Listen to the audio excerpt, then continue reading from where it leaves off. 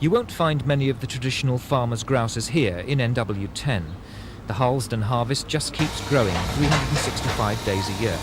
The crop is sprouts, but they're not the sort your mother used to make you eat. They're bean sprouts, later Chinese takeaway fame, and more recently finding their way into some shops. And the weather makes no difference to this indoor farm. Rain or shine, Joe Powell turns out 50 tons of bean sprouts a week. They weren't so carefully grown 15 years ago. Each restaurant department is rather small, so they in the back of the kitchen, in the backyard, one of these, any space room they have, put the electric fire on it, and just a bit of bucket water, and that's it. Sounds very unhygienic. Well, it is. They have suffered from crop failure, maybe not sufficient, they borrow from the next restaurant, so on.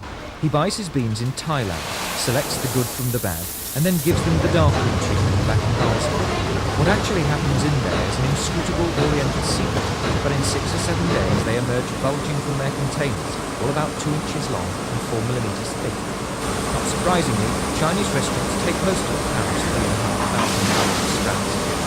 Only about a fifth goes on direct sales to the public. The sprout itself is very perishable, and that means many shops don't want the trouble of costly leftovers.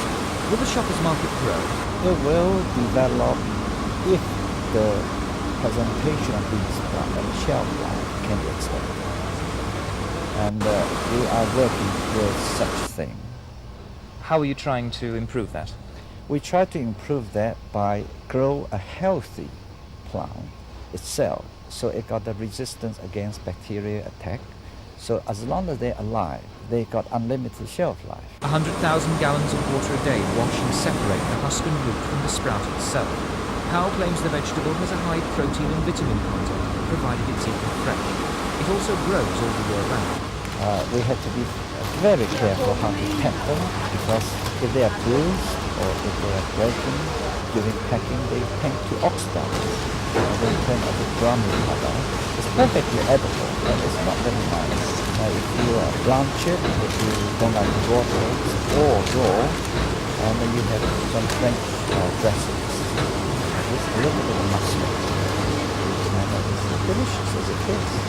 Or you can fry, cross-fry, put a tablespoon of oil in the frying pan, and put the bean sprout in, stirred for about 1 or 2 minutes, and put a bit of salt and garlic if you prefer, and or any leftover cold meat, and that's a dish on its own. It may be that the bean sprout will move from the noodles and fried rice to become as common as the carrot or the carrot.